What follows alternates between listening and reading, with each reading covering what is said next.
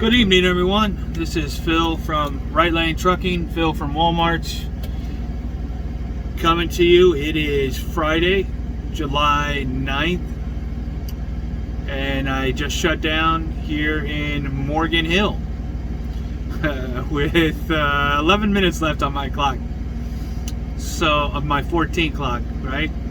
So I can tell you I had a busy day today, which is a good thing. It wasn't a lot of stuck in traffic like it has been, stop and go or delays or anything like that. My day started, I left you guys last night. I laid over in Sacramento at our facility there.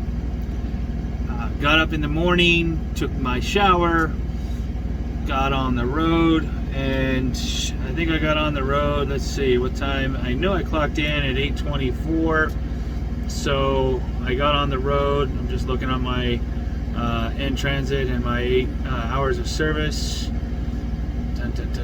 Started shift 8:24, got started driving 8:32. I won't tell you how I did that. It's a little secret. You DM me or send me a private message, maybe I could tell you. But 8:24 I clocked in, 8:32 I was rolling. Mind you, I already had my trailer hook coupled up and ready to go. So that was after breakfast, after shower, I got ready and clocked in and then got ready to go. So the first thing I had to do was go to, surprise, surprise, McCarran to pick up a load. So I took my empty reefer that I told you last night I had, and I got to McCarran.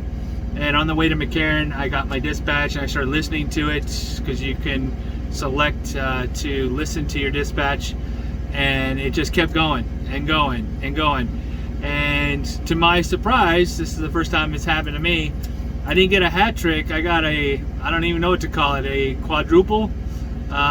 I got 4 stores to deliver to in one load, and again it was meat and produce. Again, for some reason I'm the meat and produce guy now, or one of them, I'm sure. But I don't mind. Meat and produce is not too heavy.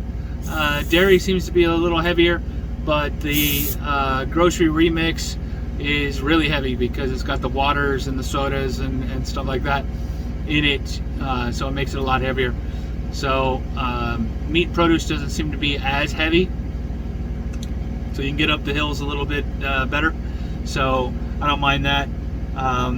The only thing that you have to be very careful with when you have 4 stores like that is the pallets inside are going to be mixed up, and you have to basically supervise and tell the store associates which pallets are theirs. Even though they're marked, they all have stickers and barcodes and everything else. Where exactly they are, okay, they're behind that one, or they're on the right, they're on the left, that type of thing. That takes some just reading your paperwork and making sure you know what you're looking at. It's pretty straightforward. They load it from back to front, and or front to back, however you want to look at it, and you just look for the store that you're at. And what I normally do, especially on a multiple stop, if it's one stop, I don't worry about it, right? But if it's 2, 3, or in this case 4, I start going through and writing the first stop, number 1, next to each of the store numbers on the map of the pallets. Then the second store, I'll write number 2, and then all the ones for the 3rd store, 3 next to it, and all the other ones for the 4th store with the number 4 on it. That way I can monitor as they unload it which ones are theirs, and then put it together. So I got there to McCarran, Nevada, dropped my empty. This time they didn't get me this time. I found the trailer as I was going down the line to park my empty, so I was able to locate it, so I knew exactly where it was. Went in, dropped my trailer went and got my paperwork, went right back to my trailer. So that made a difference. And I did have to fuel my tractor. I had to add depth to my tractor. I had to add fuel to the reefer.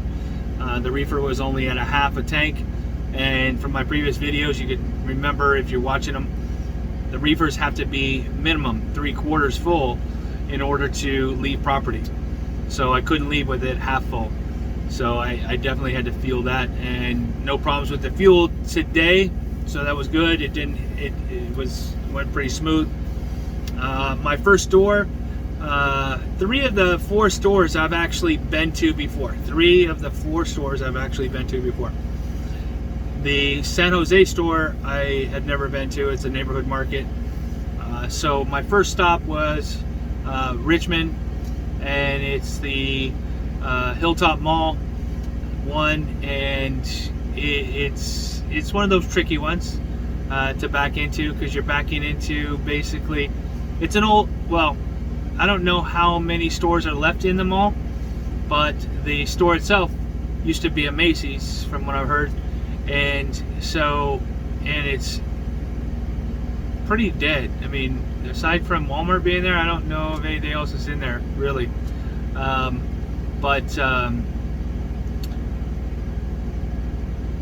So I was able to get in there, and the biggest thing there, right, is what I was just saying, is some of the produce was for that store. The first part of the trailer, as you open the door. The rest of the produce in there, however, was not for them. It was for the other stores. But I had the meat in the middle. So meat and produce. Meat usually goes in the middle. So you got produce at the back door. Then you've got a bulkhead, orange bulkheads that close down and regulate the temperatures in that zone. And then you got your meat, and then you got another set of bulkheads. Then you got more produce. And so the pallets, 1, 2, 3, 4, 5, 6, 7 pallets had to come out in order to get to their meat. They only had, they only had 4 pallets in total. So they had 2 produce, which were right at the back, and then they had to pull out 7 other pallets, 1, 2, 3, 4, 5, 6, 7 other pallets in order to get to the meat, and so I can open up the bulkhead and get to their meats. Now, this is where being a driver that's paying attention is going to pay off, because I told him, when he was pulling it out, 2 of the pallets were for my very next stop. I wanted them put off to the side so they go on last, and so we know where they're at, and they're in one location. So then he did that, and then he moved the other pallets off to another area, and that was for my third store. And then I was able to get to the bulkheads, and he got his meat, and actually he had a meat and a dairy that he had in there. So he pulled that out. I closed the bulkheads. He started putting the pallets back in.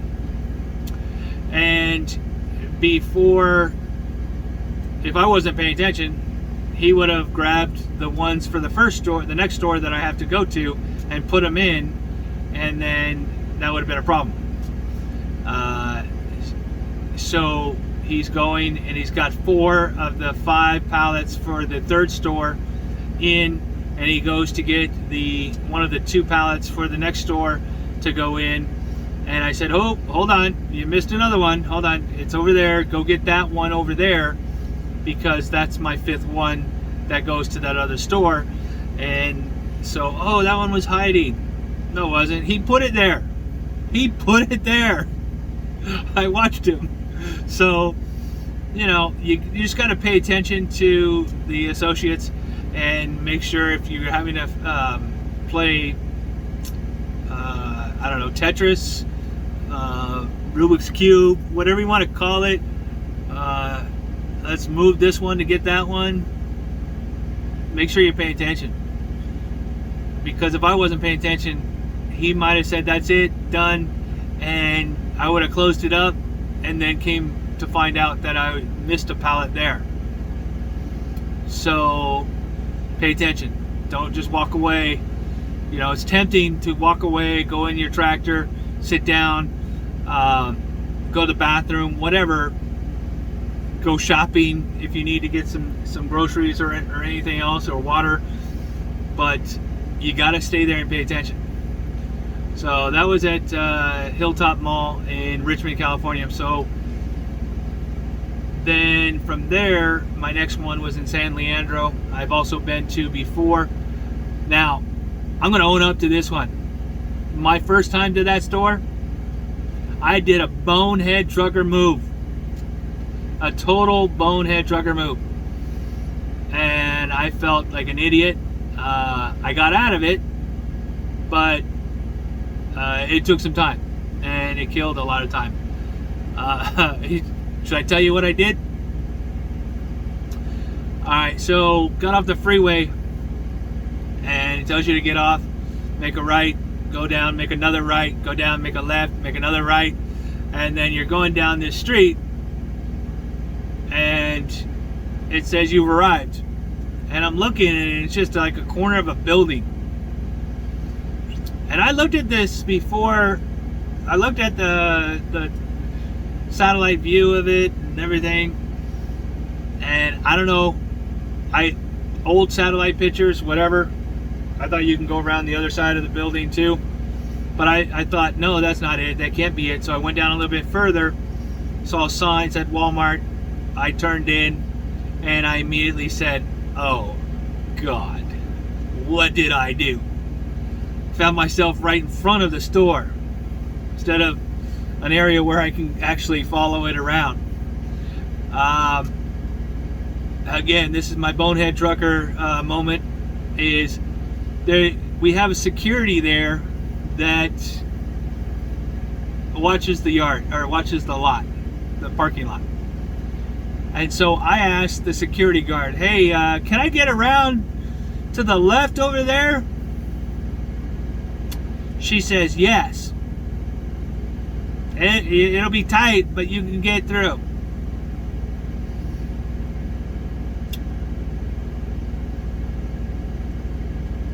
She drives a pickup truck. She doesn't drive a tractor trailer with a 53-foot trailer on the back. What an idiot I was to listen to her. Anyway, so I started going, and this big old sign says, no trucks. And I'm thinking, oh, it goes that way. Of course you can't go that way, it's too low. So I started to make my left turn to go around to the back side of the building, in between there, and I immediately stopped. I'm like, yeah, I don't think I can go this way. So I got out, walked it, and yep, nope, couldn't get that way. So what did I have to do? I had to back all the way out, front of the store, back all the way back out to the street, and then back to my right, putting my tail into the street first, while my friendly neighborhood security guard played traffic officer and held traffic so I can get out. Needless to say, San Leandro area, great people, I'm sure, but they didn't want to get out of my way at all. I was in their way, and they have the right of way according to them. I mean, I had people walking all around, cars cutting in, cutting out. I mean, I must have been going a mile an hour when I was backing to make sure that I didn't hit anything and I didn't hit anybody. So that was my first attempt at that store. Needless to say, I got it in, I got out of there. Then I'm like, okay, well, I'm gonna have to go around and reset. And then I found a parking lot I was able to turn around in, a very tight parking lot, but I saw another truck in there somehow, and I figured I can get in there, and I did, and I got in and got out, and then was able to get into the dock once I figured out where the correct turn was. So, but today, no problems today on that store. I was in and out of there. I only had 2 pallets for them. I only had 2 pallets. There was nobody there though. I'm knocking on the door. Nobody there. So I walked all the way around to the front of the store, walked all the way to the back, and then looking for somebody. One of the associates in the store, she's like, "Oh, I'll get somebody for you. This driver's got to go. He can't wait." And so I went. I told her, I said, "I'll go wait by the dock inside there." I look at the dock, and sure enough, we got it unloaded, and I got out of there. So that was San Leandro. After that was a neighborhood market in San Jose, California, and traffic wasn't bad. I mean, I was listening to the reports earlier, and traffic was bad. Well, that was because it's Friday, and that was because it was still like 5:30, 6 o'clock.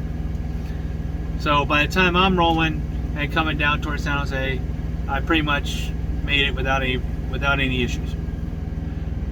So my next store is Morgan Hill, and so just keep going south and towards LA, or however you want to do it. 101 LA. I don't go that far. Morgan Hill's not that far, but before I left the San Jose store, got out my paperwork. I tried to call the number on the paperwork, and no answer. I was just gonna let them know, hey, you know, I'm coming in kind of late. I understand I'm late, but my paperwork says, and I'll show you right here. My paperwork right here. I don't know if you can see it right by my finger. Let me get it up close. It says 1800 to 0700. That's receiving. I can drop off, and they'll receive it by that time, according to that. So I get here, and I park. I get in the dock, and I've been here before. Like I said, I actually was here with my mentor when I was my first week of mentoring in the sleeper cab, and this is one of the stores we were assigned before going to Salinas and Marina by the beach. And so got that, and I got here and called the number. They actually have a number posted at the receiving door, so I called that number, got a hold of somebody right away, and he's like, yeah, you just missed everybody. Of course you're gonna show up right now. Everybody went home already. The next crew doesn't come in until 10:30. I'm like, whoa, I gotta be off the clock by 10:24. Make it happen, Captain. And so, you know, he's the manager, and he actually got in there and got the pallet jack, the electric pallet jack, and he started humping it out for me while I peeled the stickers and did the audit for him. And we got it done. I was able to pull off the dock. Obviously, not able to go anywhere, and so I am overnighting here behind the store here in Morgan Hill, which is pretty good. If I really wanted to, I can go get something different than what I have to eat in here. There's a whole bunch of stores here and stuff like that, restaurants within walking distance, but I've got everything I need in here. And I already ate a sandwich in San Leandro, a roast beef sandwich. I brought some roast beef and cheddar, and so I made that for dinner tonight. But so I wanted to kind of go over that, right? So that was a busy day, 4 stores and a lot of miles. So that turned out to be a very good day for me. So I ended up with 462 miles. More miles than yesterday. I was at 452 yesterday, and today I was at 462. So when I got to McCarran, I did an arrive drop and a hook. Then when I got to my first store, that's an arrive and a live unload. Then when I got to the second store, it's a stop and a live unload. The third store, a stop, a live unload. Fourth store, a stop, a live unload. It's pretty good activity. If you watch my videos again, you need to have a mix of activity with mileage. If I would have been at 300 something miles, it still would have been a good day because I had all that activity. But just for today, I made over $400 just for today. And if I keep having days like that, then I'll be a happy camper, right? Because do the math, $400 a day times 5 days, that's $2,000 gross a week, which would come out to $8,000 a month. Not bad for a truck driver. Not bad at all. I like to stay busy. Me personally, I like to stay busy. I hate idle time. I hate sitting around. I hate waiting. I hate long delays in traffic. But that's part of being a trucker. And that's what I'm doing. So hopefully, you know, we have days like today, but there's going to be days that, like the other day, I was stuck in Dutch Flat. So anyway, it's already 21 minutes into this video. I had a topic, but I kind of just really went and ranted on my day today. But my quick topic, and I'll make it quick, is speed. Controlling your speed. As a truck driver, even my personal vehicle, I have cruise control. I like my cruise control. I can control my speed that way. I set it. If I need to go faster, I push the plus button. If I need to go slower, I push the minus button. Yep, it's a plus button. I'm just looking on here too. On my truck, it's a plus button and a minus button. And same thing on the tractor. It's a plus button and a minus button. And a cancel button. You can always cancel it by stepping on the brake. But you can always cancel it nice and easy without having to step on the brake by pushing the cancel button. I set my cruise control. And then you watch people in front of you. They cut in front of you or get in front of you. And they're up and they're down. And they're up and they're down. They're up and they're down. They don't keep that steady pace with their speed. And what does that do for your gas mileage? Well, your gas mileage is going to go down because you're constantly going up and down, up and down, up and down. If you keep it on cruise control, you're going to get better gas mileage. I'll be honest, right there, that's one of the main things. The second thing is you don't have to keep your foot on the accelerator the whole time. You can rest your foot. Fatigue. You don't have to worry about fatigue because you're not on the accelerator, on and off the brake, on off accelerator, on off brake. You just set the cruise control and use the buttons with your fingers. Pretty easy. Now with the tractor, if you were watching the video I think last night, the collision mitigation system, there's a sensor at the right below or right above the license plate in the front, right in the center. And what that does is it senses the vehicles in front. So I could see how fast, if I'm coming up on somebody, I could see how fast somebody is going before I get to them. So if I have to adjust my speed, or if I don't want to adjust my speed, I can look in my mirror, indicate my intention, and move over so that I don't have to adjust my speed to accommodate for some slower driver in front of me. And believe it or not, there are people that go slower than 55 on the highway. Wish I had a black and white. That's called impeding traffic. If you're going slower than a truck at 55 and you're on the highway, unless there's traffic in front of you, you're impeding traffic. So keep that up, keep your speed up, at least 55. You know, some states, some officers would pull you over if you're in a personal vehicle going 55 in your personal vehicle. Speed limit 65, 70 in some locations, 75 in other locations, 80.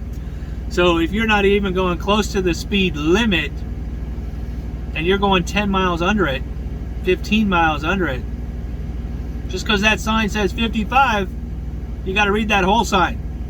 55 says trucks or 3-axle vehicles, not four-wheelers. So keep that in mind. Now, I was doing some, you know, you get kind of try to keep your mind busy while you're out on the road, and so I'm doing some steady math, and I'm looking at it. If I'm going 55 miles per hour, hell, let's do simple math. 60 miles per hour. Okay, 60 miles per hour. I'm going 60 miles per hour, and you're going to leave at the same time as me, and you're going to go 62 miles an hour. We go and drive for 3 hours. Are you going to get to the destination first? If there, let's just say, no traffic, right? Probably, right? Yeah, you're going to get there first. But how much faster are you going to get there? 6 minutes? 6 minutes. That's what it is. Figure it out. At 60 miles an hour, each minute or each mile is 1 minute. 62 miles an hour, you're getting there maybe 2 minutes ahead. If you do the times 3 hours, that's 6 minutes you saved. If you're going 5 miles over the speed limit and you drove for 3 hours, you got there, what, 15 minutes earlier? I don't know if that's really worth it. Correct me if I'm wrong on my math. I am putting in long hours, 14-hour days, but I'm a simpleton, and the number added up to me of if I'm going 5 miles an hour over the speed limit or 5 extra miles per hour, I'm going to get there 5 minutes earlier. If it's driving for 3 hours, you're getting there for 15 minutes earlier. It really doesn't add up to the danger that you're putting everybody else in. Higher speeds, lack of control. You go over some bumps, and you can lose control of your vehicle very fast because the uneven surfaces. The faster you're going, you can lose control that much faster. So what I guess what I'm trying to say is you need to control your speed. Now, I don't know for sure if speed had a factor in it. There was an accident yesterday on I-80 in Reno.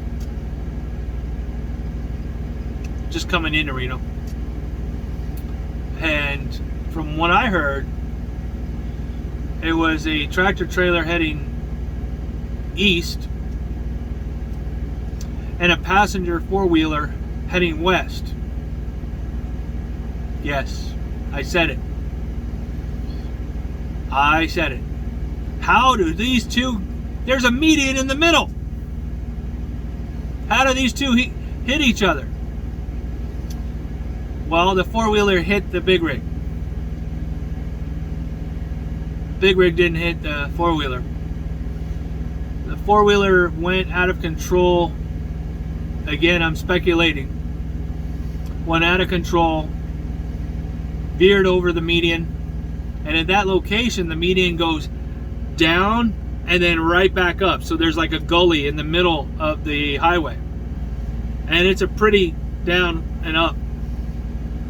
And again, speculation from what we're hearing is that launched the vehicle, the car, into the back of the truck, the tractor trailer, the back part of the trailer. The person then bounced off or whatever they did, and then struck another tractor trailer that was behind them. The vehicle itself was unrecognizable, and the occupant unfortunately lost their life. Speed, I don't know. Distracted driving, don't know. Did somebody swerve into them and they swerved out of the way? I don't know. You know, there's a lot of things that could have happened, but right there where it happened is a down for the westbound traffic and an up, a down for the westbound traffic, and the traffic coming towards me or eastbound is going uphill, and it's slightly down from there. So there, this one's the westbound is slightly raised above it, so when it hit the gully and then came back up, it just launched it right into the truck. So control your speed. I can't say that enough. You're not going to get there any faster by going above the speed limit, excessively above the speed limit. So monitor the traffic, monitor your speed, try to stay with traffic, right? But you got all those guys going 80 miles an hour when the traffic's going 60.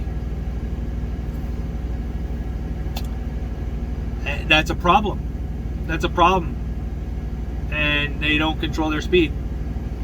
So slow down, be safe. For Right Lane Trucking and Phil from Walmart, I'm going to sign out for tonight, and I'm sorry it's so long today, but again, if you like and subscribe, comment, I'll get back to you. Thank you. Good night.